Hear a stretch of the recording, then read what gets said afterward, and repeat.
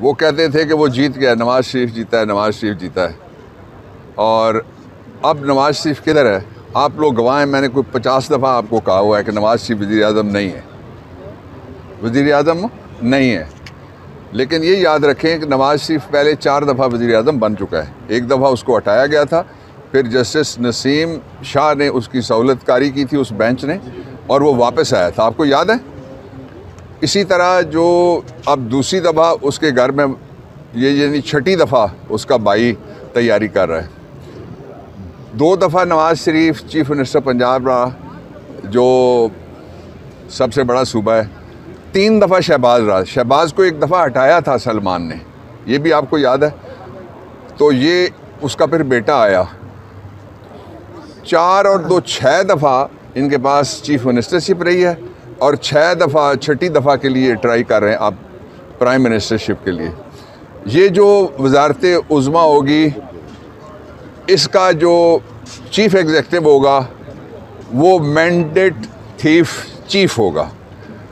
आज अभी मैंने मैंडेट थेफ्ट का एक और केस अमीर मुकाम वाले हलके में जहाँ लहू गिराया गया मासूमों का, उसमें मैं बहस करके निकला हूँ चीफ जस्टिस साहब के पास।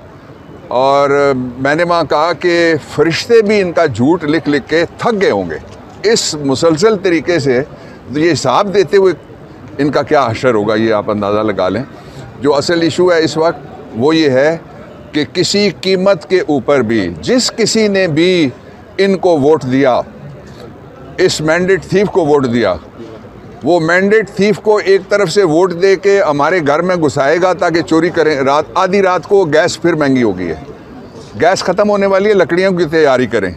लकड़ियाँ मल्टीपर्पज़ होती हैं, आपको पता है, और जगह भी मैं सारे वाली बात कर रहा हूँ, काम आ जाती हैं। आप सारे हंसे, मैंने इसलिए वजाहत कर दिया।